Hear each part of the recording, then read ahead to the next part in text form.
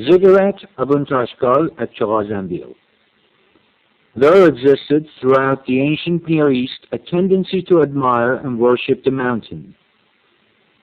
Huge ziggurats relieved the flat monotony of the Mesopotamian plain, ritual imitations of the familiar sacred mountains which ring the Iranian plateau. Thus, even if the impressive development of these colossal structures was Mesopotamian, their inspiration and meaning was clearly Persian. The men who came down from eastern lands couldn't bring with them their mountains, so they made their own holy hill or mountain of all lands. Zigurrats came to include all feasible decorative treatments, cone mosaics, colored and glazed bricks. The Elamites, whose first kingdom dates from the 3rd millennium, provided the link between Iran and Sumer.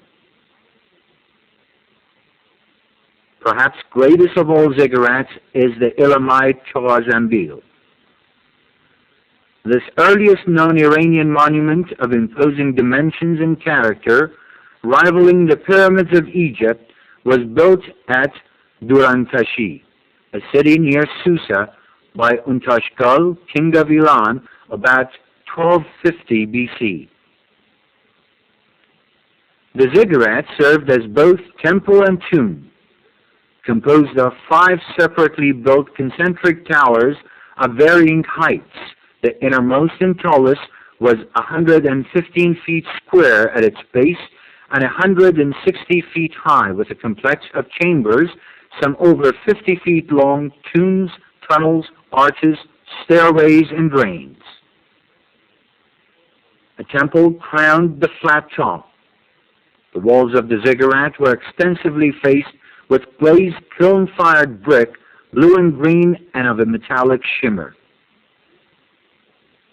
Inlaid ivory mosaics were also used, and wooden doors were decorated with opaque glass mosaics which depicted prancing animals.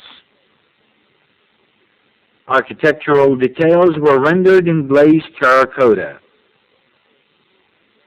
At Susa, the Elamite capital, 3 more conventional, elaborate palaces can be dated slightly prior to 1000 BC, although the site goes back to 4000 BC. Elamite architecture was generally of unfired brick, with red bricks used for revilement. By the 12th century BC, glazed bricks were used for decoration, blue and green at Chogha Zanbil, and blue and yellow at Susa.